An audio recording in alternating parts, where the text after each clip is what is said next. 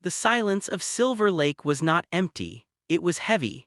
A physical, almost suffocating weight that pressed against your eardrums and forced the noise of the modern world out of your system. It was the sound of 800 acres of untamed wilderness, and it was glorious. I stood on the weathered redwood deck of my uncle's cabin, a steaming mug of black coffee in my hand, and watched the morning mist unravel across the water's surface like a ghostly curtain. I was 34, a senior data analyst who had traded the fluorescent hum of a server farm for the raw, sharp scent of pine and damp earth. 3 weeks ago, my uncle passed, leaving me the only thing he had ever truly loved.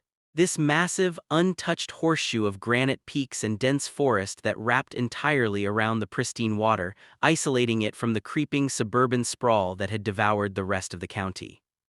I was naive. I believed that ownership was defined by geography and the high, rusted fence line I had recently reinforced. I believed that in the wilderness, possession was a fact. I was about to learn that in this valley, possession is just a suggestion unless you have the teeth to defend it. I walked back inside, the wide plank floorboards groaning a welcome under my work boots. My uncle had been a man of extreme, almost comical paranoia and meticulous preparation. Now, kneeling before the heavy steel safe in the dusty study, I was profoundly grateful for it. The tumblers clicked, my birthday, a sentimental detail, and the heavy door swung open. Inside, bypassing stacks of emergency cash and an antique revolver, I retrieved the thick leather binder resting at the bottom. This was the Holy Grail, the original deed from 1970. I spread the document on the oak desk, tracing the faded typewriter ink. The legal description was carved out with surgical precision, explicitly noting that my 800 acres were exempt from all future subdivision covenants, municipal associations, or community governance bodies. I read that sentence 3 times. To date a guy like me, this was binary code, 0 or 1, true or false. The land was mine and it was outside the system. I leaned back, feeling the smug, bulletproof satisfaction of a man who trusts the written contract. The sound of tires crushing gravel shattered the peace like a gunshot. I walked to the window and watched a pristine white luxury SUV navigate the ruts of my driveway with agonizing slowness. It looked like a spaceship landing on Mars. The door opened, and out stepped a woman in her late 50s, wearing a pastel pink blazer that likely cost more than my truck. Her blonde hair was sprayed into a helmet of armor that defied the mountain breeze. This was Margaret. I didn't know her name yet, but I knew her profile. I had analyzed customer segments like hers 1,000 times, entitled, organized, and utterly relentless. "Good morning," she chirped, her voice grating against the stillness like sandpaper on glass. She approached the porch carrying a wicker basket wrapped in cellophane. "We saw the lights on last night and I just had to come welcome our new neighbor. I'm Margaret, president of the Pine Creek Estates Homeowners Association." She gestured vaguely to the hidden sprawl of mansions behind the ridge. I did not take the basket. I stood in the doorway blocking her view, arms crossed. "I appreciate the gesture," I said, my voice flat, professional, and entirely devoid of warmth. "But I think you might be lost. This property is not part of Pine Creek Estates, it's a private ranch." Margaret's smile didn't flicker, but the temperature on the porch seemed to drop 10 degrees as her eyes scanned my worn flannel shirt and muddy boots. She set the basket down on the railing and pulled a thick manila envelope from her designer bag. "Oh, we know, dear," she said, her tone dripping with patronizing sweetness. "But we've been managing the access road and the regional watershed for years, ever since your uncle declined in health. We just need to update our records now that there is a responsible owner present." She managed to insult both me and my dead uncle simultaneously. "And of course," she added, handing me the envelope with a sharp thrust of her wrist, "we need to settle the outstanding balance before we can issue your gate pass." "Gate pass? I have a driveway, not a gate. What balance?" Margaret just patted my arm, a touch that felt like ice, and turned back to her car. "It's all in the packet. Welcome to the neighborhood, Ben. We have very high standards here. I'm sure you'll want to get that lawn mowed before the weekend inspection." I watched her drive away, the dust settling back into silence. The encounter felt surreal. I ripped open the envelope. Inside was a glossy brochure, a list of approved paint colors, and a single sheet titled "Invoice for Delinquent Association Dues." My eyes scanned the columns and skipped to the bottom line. I actually laughed out loud, a harsh, barking sound. The total was $45,000. They were charging me for 15 years of road maintenance and community enhancement fees plus compounded interest. It was absurd. It was a scam. I walked back into the study and slammed the invoice next to the deed from 1970. The juxtaposition was comical. A federal document declaring my independence versus a printed demand from a neighborhood club I never joined. Nice try, lady, I muttered. I crumpled the invoice into a tight ball and tossed it into the trash can. That was my mistake. I treated it like junk mail, assuming that because the claim was legally baseless, it was harmless. As the sun began to dip behind the mountains, the initial satisfaction of ignoring her faded into a prickling sense of unease. It wasn't the invoice that bothered me, it was Margot's confidence. She hadn't acted like a scammer hopping for a quick payout, she acted like a landlord collecting rent. I stood on the end of the dock watching the twilight bleed into the black water. That was when I heard it. A low, electric hum like a swarm of angry hornets cutting through the absolute silence. It was not coming from the woods, it was coming from above. I scanned the darkening sky, then I saw it. A single red light blinking rhythmically, hovering 50 feet above the tree line directly over my property. It was a drone, a high-end model, sleek and steady in the wind. It was stationary, its camera gimbal swiveling to track me as I moved along the dock. A hot surge of violation burned my throat. This was not a welcome wagon, this was surveillance. Margot hadn't just come to drop off muffins, she had come to mark a target. I raised my middle finger to the unblinking red eye of the machine, a futile gesture in the dark, and turned back to the cabin. But as I walked, the hum followed, loud and persistent, letting me know that on this mountain, privacy was no longer a right, it was a battleground. The drone was merely a scout. The true invasion arrived the following morning. Not with soldiers, but with paper.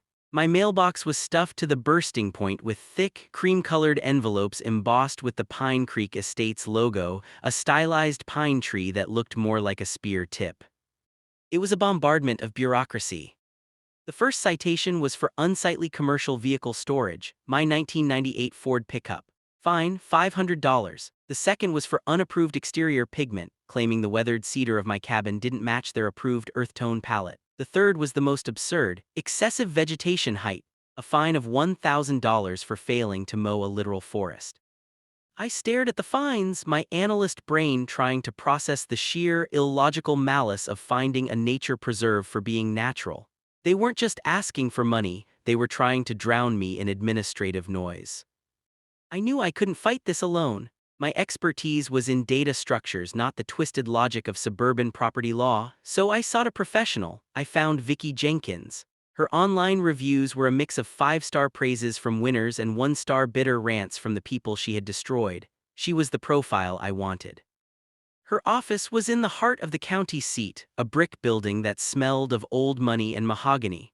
Vicki herself wore a tailored navy suit that looked like armor, with eyes that were intelligent, calculating, and entirely devoid of warmth.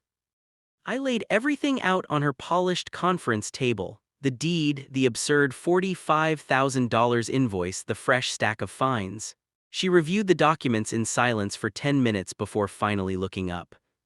"You're right," she said, her voice crisp and reassuring.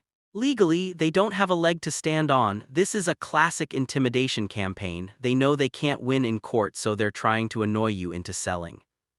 A rush of relief hit me. "Great," I said, leaning forward. "So do we sue them? Do I tear down that hideous sign they put up on the access road?" Vicki raised a hand, stopping me mid-sentence. "No, that is exactly what they want you to do. Margot is baiting you. If you go out there and start tearing down signs, they will film you. They will take that footage to a judge and file for a restraining order based on harassment. Once you're labeled a threat, the actual property dispute becomes secondary." She leaned back, tapping a pen against her legal pad. "We fight this on paper. I'll draft a declaratory judgment action to affirm your property rights and a cease and desist for the fines. You go back to the ranch, keep your head down, and do not engage. If you see Margot, you smile and walk away. Can you do that?" It went against every instinct I had. I wanted to defend my borders, but her logic was sound. "I can do that," I promised. "I'll be invisible." I returned to the ranch with a newfound sense of discipline, treating my silence like a weapon. The harassment escalated. The white HOA security patrol car parked just outside my property line, the guards sitting inside with a camera pointed directly at my house. I ignored them, forcing myself to act as if I didn't see the lens tracking my every movement. One afternoon, I saw an HOA landscaping crew cross onto the edge of my land to plant a row of decorative hydrangeas, effectively claiming a 10-foot strip of my soil. My hand twitched toward my phone to call the sheriff, but Vicki's voice echoed in my head. "Do not engage. Let me handle the paperwork. I took detailed photos, date-stamped and geotagged, and emailed them to her office. It felt cowardly standing behind my curtains while strangers dug up my earth, but I convinced myself it was strategic patience. I was the Trojan horse, letting them think I was passive while my lawyer built the bomb that would destroy them. 10 days into this Cold War, I had to drive into town for supplies. The isolation was starting to feel less like a sanctuary and more like a siege. I loaded the truck and, on a whim, decided to stop for a sandwich near the courthouse. I was walking toward the bistro entrance when I froze. Through the large plate glass window, I saw two women sitting at a corner table sharing a bottle of wine and a basket of bread. One was Margaret in her signature pastel blazer, laughing with her head thrown back. Across from her, looking relaxed and smiling in a way I had never seen in her office, was Vicky. My stomach dropped. I stepped back into the shadow of an awning, my heart hammering. This wasn't a contentious meeting between opposing counsel. Their body language was intimate, familiar. They looked like old friends sharing gossip. I pulled out my phone and dialed Vicky's office number, watching through the glass as she checked her screen. She let it ring twice before picking up, her face shifting instantly into a mask of professional seriousness. "Ben," she answered, her voice clipped. "I'm in a meeting, is it urgent?" I watched Margaret pour more wine into Vicky's glass as I spoke. "I just wanted an update," I lied, keeping my voice steady despite the nausea rising in my throat. "And I wanted to ask if you've had any luck reaching the HOA's legal team." Vicky didn't miss a beat. "I'm actually working on that right now," she said smoothly. "I'm applying some diplomatic pressure to their leadership to get them to back down before we file. It's a delicate process, Ben. Sometimes you catch more flies with honey." I watched her clink glasses with the woman who was trying to steal my land. "Right," I said, gripping the phone so hard the plastic creaked.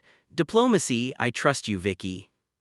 I hung up before I said something that would blow my cover. I drove back to the ranch in a daze, the image of that lunch playing on a loop. The alternative to believing her, that I was paying my lawyer to coordinate with the enemy, was too terrifying to consider. When I arrived, the sun was setting. There was a notice in my mailbox, a slip from the post office indicating a piece of certified mail had been delivered and an envelope left since I had a waiver on file. I pulled it out. It was a thick, rigid cardboard envelope marked "Urgent Legal Correspondence." My hands were trembling as I tore the tab. I expected a lawsuit, a summons, maybe a final demand. I reached inside and felt nothing. I frowned, shaking the envelope upside down. It was empty. There was nothing inside but the emptiness of the cardboard. I called Vicky immediately. "I just got a certified letter," I told her, standing in my kitchen with the lights off, "but it's empty. There's nothing in it." Vicky sounded bored, the sound of typing clicking in the background. "It happens, Ben. It's likely just a clerical error or a printer malfunction from their side. If they wanted to serve you, they would send a process server, not a letter. Don't worry about it. If it's important, they'll send it again. Just focus on staying off their radar. We're close to a breakthrough." She hung up, leaving me standing in the dark with a hollow envelope in my hand. I wanted to believe her, but a cold dread settled in my gut. I didn't know it then, but I wasn't holding a mistake. I was holding the trigger of a trap that had already snapped shut. 3 months is a dangerously long time to live in a bubble, especially when that bubble is made of silence and sunshine. Summer bled into early autumn, and in that time the war I thought I was fighting seemed to simply evaporate. The drone flights stopped. The security patrols vanished. The fines stopped arriving. Vicky called me every 2 weeks, always saying the same thing. "I'm in delicate negotiations. They are finally coming around, Ben. Your position is solid." I was lulled. I started to relax. I convinced myself that Margaret, facing the legal reality of my 1970 deed, had simply decided I wasn't worth the headache. I spent my days finally fixing the water pump and clearing the trail. Then came the morning. I woke up to an entirely different kind of silence, a sharp, unnerving quiet that felt wrong. I walked out to the porch and stopped dead. 2 cars were parked in the middle of my gravel driveway. The first was a municipal sedan from the county public works office. The second was a sheriff's department cruiser. Between the 2 cars stood a stern-faced officer, a man in a rumpled suit holding a clipboard, and Margaret. She was wearing a tailored suit, not the pink blazer, and the moment she saw me, her lips curved into a smile of absolute poisonous triumph. I walked down the steps, my movements slow and deliberate, my heart starting to thud a slow, heavy rhythm against my ribs. "Morning, officer," I said, my voice calm, the mildest hint of sarcasm baked into the tone. "Is there a problem with the driveway access?" The officer, a man named Deputy Reynolds, didn't return the greeting. He held up a hand. "Mr. Carter, please step back, this property is secured."